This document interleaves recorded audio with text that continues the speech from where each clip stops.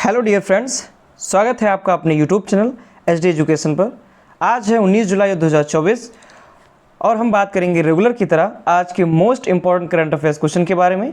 अगर आप वीडियो पर पहली बार आए हुए हैं तो वीडियो को लाइक करें, अपने दोस्तों के साथ वीडियो को अधिक से अधिक शेयर करें और हमारे चैनल को सब्सक्राइब भी करें ताकि कोई भी वीडियो अगर आए तो उसकी नोटिफिकेशन आप तक पहुँच सके। तो ये जो क्वेश्चन लेकर के आते हैं करंट अफेयर्स के, बहुत ही ज़्यादा इंपॉर्टेंट क्वेश्चन है।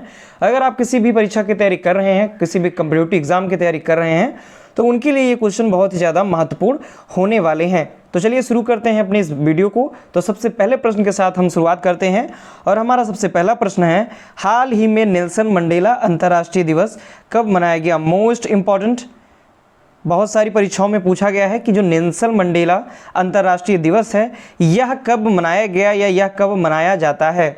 तो ए ऑप्शन है 15 जुलाई, बी ऑप्शन है 16 जुलाई, सी ऑप्शन है 18 जुलाई और डी ऑप्शन है 19 जुलाई। तो इस प्रश्न का सही जवाब है ऑप्शन नंबर सी, यानी कि प्रत्येक वर्ष 18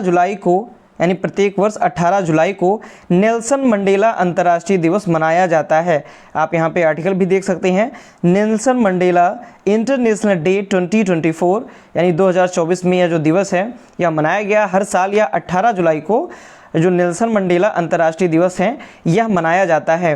अगर बात करें तो नेल्सन मंडेला जो दिवस है, जिसे मंडेला दिवस के नाम से भी जाना जाता है, यह दक्षिण अफ्रीका के जो पूर्व राष्ट्रपति और नोबेल शांति पुरस्कार विजेता नेल्सन मंडेला के जन्मदिन के रूप में मनाया जाता है।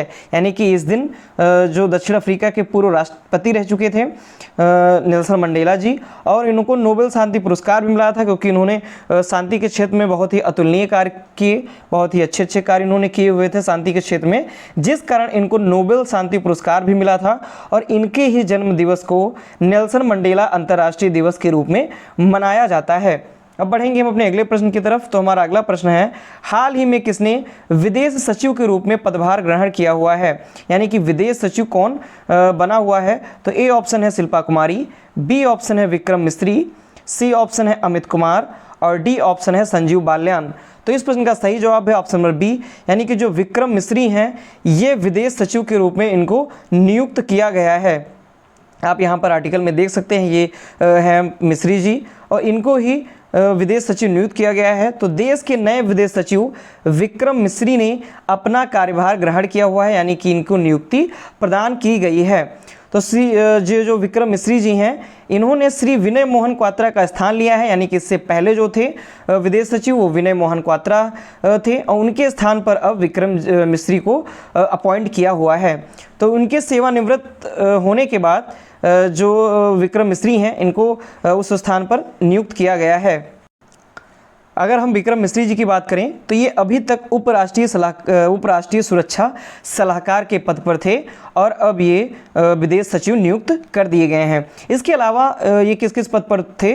तो इन्होंने भारत के 3 प्रधानमंत्रियों आई.के. गुजराल, डॉक्टर मनमोहन सिंह और अब श्री नरेंद्र मोदी जी के निजी सचिव के रूप में भी कार्य किया हुआ है।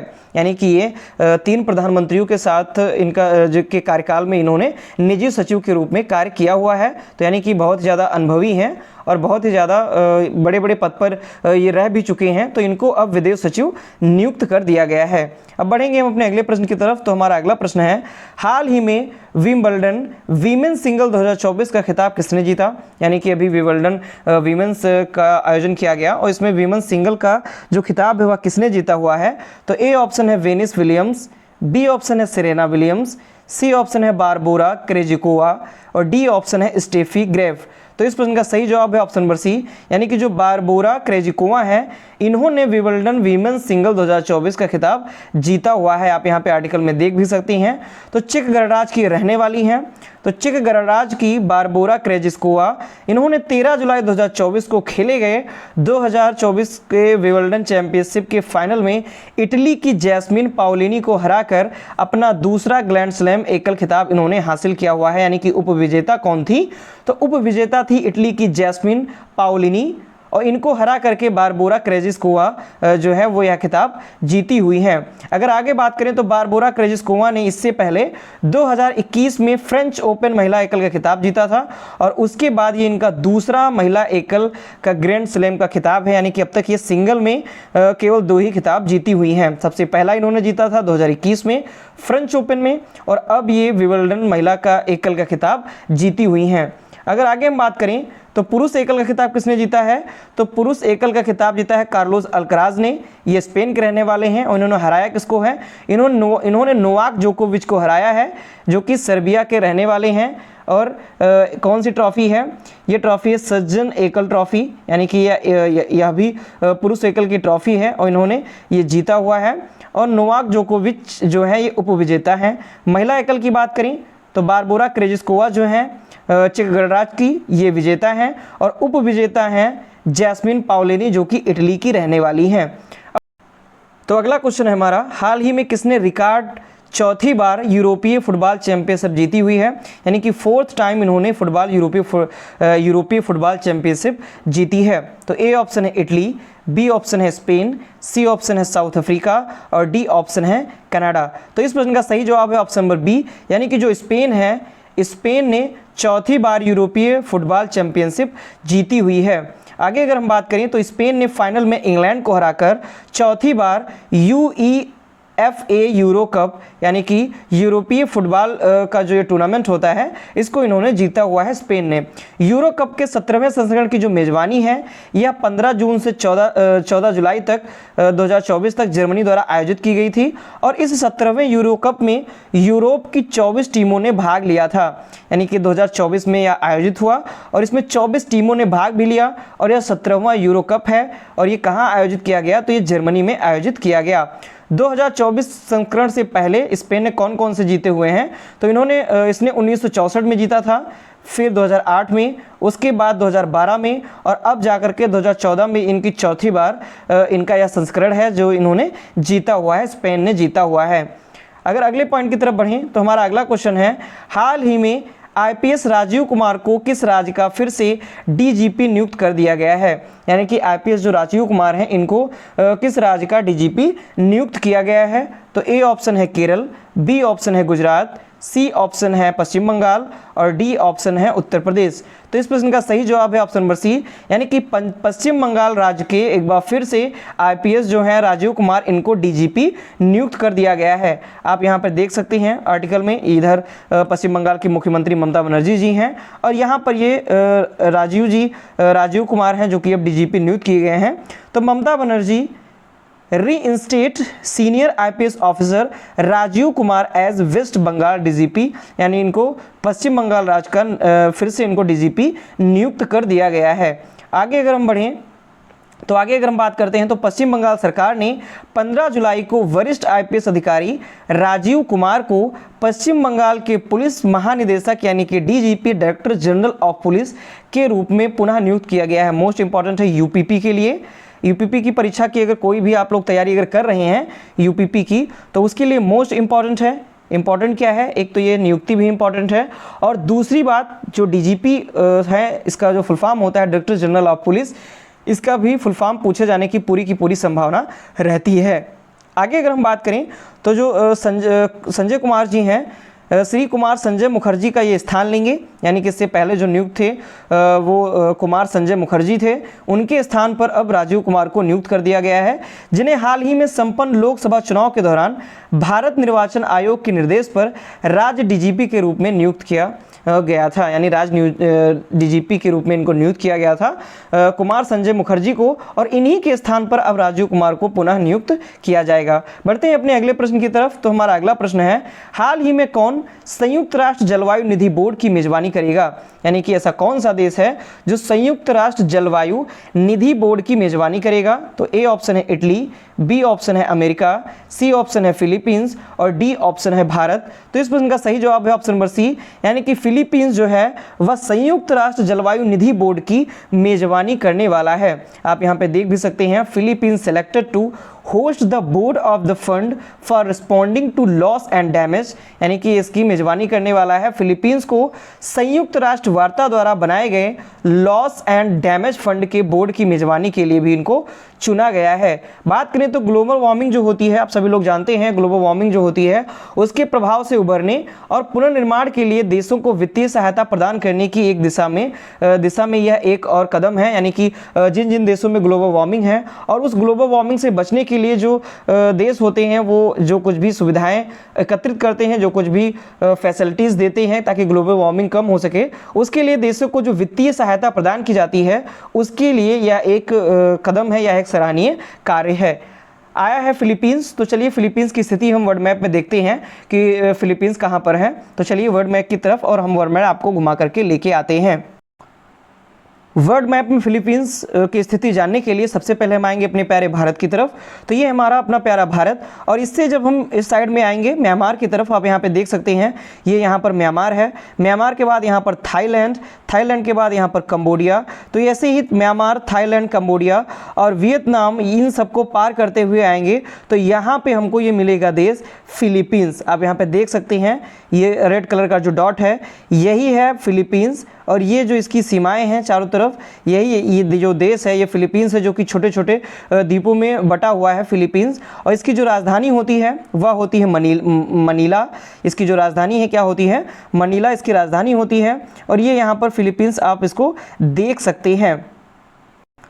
तो हमने जानी वर्ल्ड मैप में फिलीपींस की स्थिति। अब बढ़ते हैं अपने नेक्स्ट क्वेश्चन की तरफ। तो हमारा अगला प्रश्न है,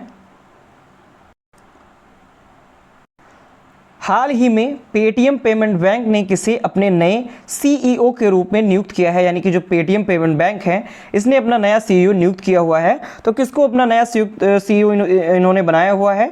तो ए ऑप्शन है राजीव कुमार, बी ऑप्शन है अरुण बंसल, सी ऑप्शन है सील नागू और डी ऑप्शन है बी एन गंगाधर।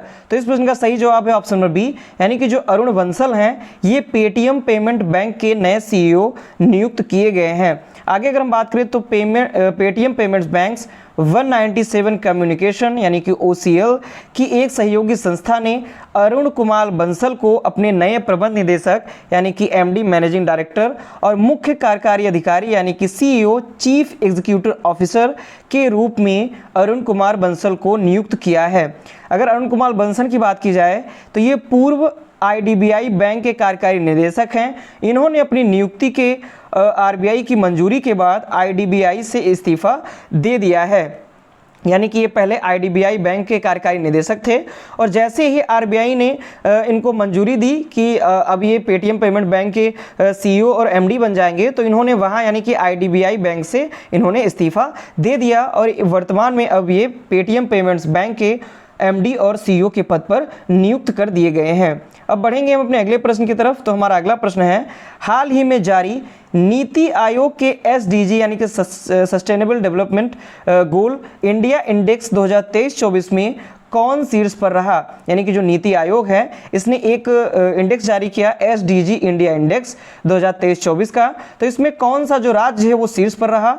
तो ए ऑप्शन है असम, बी ऑप्शन है केरल, सी ऑप्शन है हिमाचल प्रदेश और डी ऑप्शन है महाराष्ट्र। तो इस प्रश्न का सही जवाब है ऑप्शन नंबर बी, यानी कि जो केरल राज्य है या नीति आयोग के SDG इंडिया इंडेक्स में सबसे उच्च पर है या सबसे शीर्ष पर यह बना हुआ है। आप यहाँ पर देख भी सकते हैं आर्टिकल में, NITI Aayog SDG India index 2023 and 4 Kerala retains top rank, Bihar worst performer. यानी कि जो बिहार है उसकी पोजीशन सबसे निचली है और सबसे टॉप रैंक किसकी है? केरला की सबसे टॉप रैंक है। आगे अगर हम बात करें तो केरल ने लगातार चौथी बार राज्यों में अपनी शीर्ष रैंकिंग बरकरार रखी है। यानी कि जो केरल राज्य है इसने लगातार चौथी बार ये पोजीशन अपनी बनाई हुई है, लगातार चौथी बार यह टॉप पोजीशन पर बना हुआ है। दिल्ली में सस्टेनेबल डेवलपमेंट गोल्स यानी कि SDG India index and dashboard for 2023 and 24 का जो चौथा संस्करण है, SDG का यह चौथा संस्करण है जो कि दिल्ली में यह जारी किया गया। इसमें कुल मिलाकर भारत का SDG स्कोर 66 अंक यानी कि 2020-21 में 66 अंक से बढ़ करके 71 अंक हो गया है। यानी कि पहले 2020-21 में यह 66 अंक था SDG यानी टोटल भारत की बात की जा रही है, तो पहले यह 66 अंक था जो कि अब बढ़ करके 71 अंक हो गया है। आगे अगर हम बात करें बिहार की, तो जो कि सबसे निचली पोजीशन पर है, तो बिहार 57 अंकों के स्कोर के साथ एसडीजी इंडिया इंडेक्स 2023-24 में सबसे खराब प्रदर्शन करने वाला राज्य चुना गया है। यानी कि फर्स्ट पर कौन है? फर्स्ट पर है केरल, फर्स्ट पर केरल है, और सबसे खराब पोजीशन किसकी है? सबसे लास्ट में कौन है? बिहार राज्य जो है यह सबसे लास्ट में है। अब बात करें नीति आयोग की, अगर हम बात करें तो नीति आयोग के जो अध्यक्ष हैं वो प्रधानमंत्री नरेंद्र मोदी जी हैं। यानी कि जो भी अध्यक्ष जो होता है वो प्रधानमंत्री ही होते हैं। तो वर्तमान में जो भी प्रधानमंत्री होते हैं वह नीति आयोग के अध्यक्ष हो जाते हैं। उपाध्यक्ष की बात करें तो सुमन केबेरी जो हैं ये उपाध्यक्ष हैं, और मुख्य कार्यकारी अधिकारी यानी कि जो सीईओ हैं वह BVR सुब्रमण्यम सीईओ हैं। मुख्यालय नई दिल्ली में है, और इसकी स्थापना जो है वह 2015 में नीति आयोग की स्थापना हुई थी। यानी कि स्थापना क्या हुई थी? जो योजना आयोग चलता था उसी का नाम परिवर्तित करके नीति आयोग कर दिया गया था। तो 2015 में इसकी स्थापना की गई थी। अगले प्रश्न की तरफ हम बढ़ते हैं। तो हमारा अगला प्रश्न है, हाल ही में किसने विश्व के पहले 3D प्रिंटेड एब्रा का परीक्षण अभियान शुरू किया है? एब्रा कह सकते हैं एक बोट के जैसे, नाव के जैसी होती है, और ये एक 3D प्रिंटेड एब्रा है, और इसका सफल परीक्षण जो है उसका अभियान शुरू कर दिया गया है। तो ऐसा किसने किया है? विश्व की पहले 3D प्रिंटेड एब्रा है। तो ए ऑप्शन है बांग्लादेश, बी ऑप्शन है यूएई, सी ऑप्शन है ईरान, और डी ऑप्शन है भारत। तो इस प्रश्न का सही जवाब है ऑप्शन नंबर बी, यानी कि जो यूएई है इसने सबसे विश्व की पहली 3D प्रिंटेड एब्रा का परीक्षण अभियान शुरू कर दिया गया है। आप यहाँ पर देख भी सकते हैं, world first 3D printed electric abra begins trial voyage in Dubai. यानी कि दुबई जो सिटी, दुबई जो है वहाँ पर एब्रा जो है इसका सफल परीक्षण हो गया है, और एक 3D प्रिंटेड इलेक्ट्रिक एब्रा है। आगे अगर हम बात करें तो दुनिया की पहली 3D प्रिंटेड इलेक्ट्रिक एब्रा का जो परीक्षण है वह दुबई में इसका परीक्षण शुरू कर दिया गया है। इसकी क्षमता जो है वो 20 यात्रियों की क्षमता है, और इसका जो निर्माण है वह अल सिर मरीन नामक कंपनी के द्वारा इसका निर्माण किया गया है। 20 यात्रियों की क्षमता के साथ इसकी लंबाई जो है वो 11 मीटर है, और चौड़ाई 3.1 मीटर इसकी चौड़ाई है। बढ़ेंगे अपने अगले और लास्ट क्वेश्चन की तरफ। तो हमारा अगला और लास्ट क्वेश्चन है, हाल ही में कहाँ संरक्षण को बढ़ावा देने के लिए पहली पक्षी गैलरी खोली गई है? यानी कि किस राज्य में संरक्षण को बढ़ावा देने के लिए, पक्षियों को बचाने के लिए, पक्षियों को संरक्षण देने के लिए एक सबसे पहली पक्षी गैलरी खोली गई है? तो ए ऑप्शन है पंजाब, बी ऑप्शन है छत्तीसगढ़, सी ऑप्शन है उत्तराखंड, और डी ऑप्शन है पश्चिम बंगाल। तो इस प्रश्न का सही जवाब है ऑप्शन नंबर सी, यानी कि उत्तराखंड राज्य ने संरक्षण को बढ़ावा देने के लिए पहली पक्षी गैलरी खोली हुई है। आप यहाँ पे देख सकते हैं, Uttarakhand open its first ever bird gallery in Dehradun. यानी कि उत्तराखंड के देहरादून में यह जो गैलरी है यह खोली गई है। तो उत्तराखंड ने संरक्षण को बढ़ावा देने के लिए पहली पक्षी गैलरी खोली है। कहाँ पर खोली है? तो देहरादून में प्रकृति शिक्षा केंद्र जॉली ग्रांट में यह खोली गई है। उत्तराखंड की बात करें तो उत्तराखंड में भारत में सबसे अधिक पक्षी प्रजातियां पाई जाती हैं, जिनकी संख्या 710 से अधिक है। यानी कि जो पक्षियां हैं तो उन सभी पक्षियों की पूरे भारत में जितनी पक्षियां पाई जाती हैं उनके लगभग प्रजातियों में 710 से अधिक जो प्रजातियां हैं वह उत्तराखंड में पाई जाती हैं। तो भारत के उत्तराखंड राज्य में सबसे अधिक पक्षी प्रजातियां पाई जाती हैं। उत्तराखंड की बात की जाए तो उत्तराखंड की जो वर्तमान में मुख्यमंत्री हैं वह पुष्कर सिंह धामी जी हैं, वर्तमान मुख्यमंत्री। तो ये थे आज के हमारे मोस्ट इंपॉर्टेंट करंट अफेयर्स के क्वेश्चन, जो कि आगे आने वाली किसी भी परीक्षा के लिए बहुत ज़्यादा इंपॉर्टेंट होने वाले हैं।